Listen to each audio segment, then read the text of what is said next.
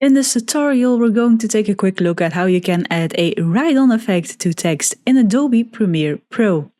So I have my video here. I'm going to take my text tool to type out my text. Like that, you can tweak it in the properties window to how you would like to have it. Now, next thing we're going to do is go to Effects here, which if it isn't visible, you can go to Window and then choose Effects or press Shift 7. And then here we're going to search for shape flow.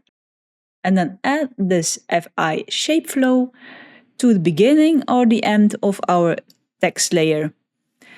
Next thing, select that shape flow by left clicking it, go to Effect Controls, and then here you can see our shape flow. We added, and now we're going to adjust. If you scroll down, we're going to adjust the 0.1 value here. I'm just going to move my cursor so we can see something happening. This one we're going to move to exactly where it starts. As you can see, you can say 5 points, 1 point, 2 point, and this will change how it acts. So going to 0.1.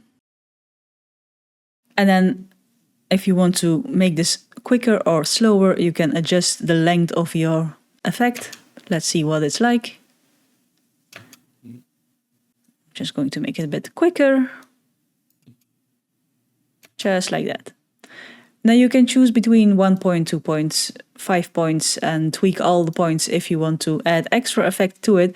But if you have the 1 point and you let it begin in the beginning of your text, you get this nice write-on effect. And that's how you can add a write-on effect to text in Adobe Premiere Pro. Like the video if you liked it, subscribe if you want to see more of my videos, and as always, thank you for watching, and I'll see you in the next one.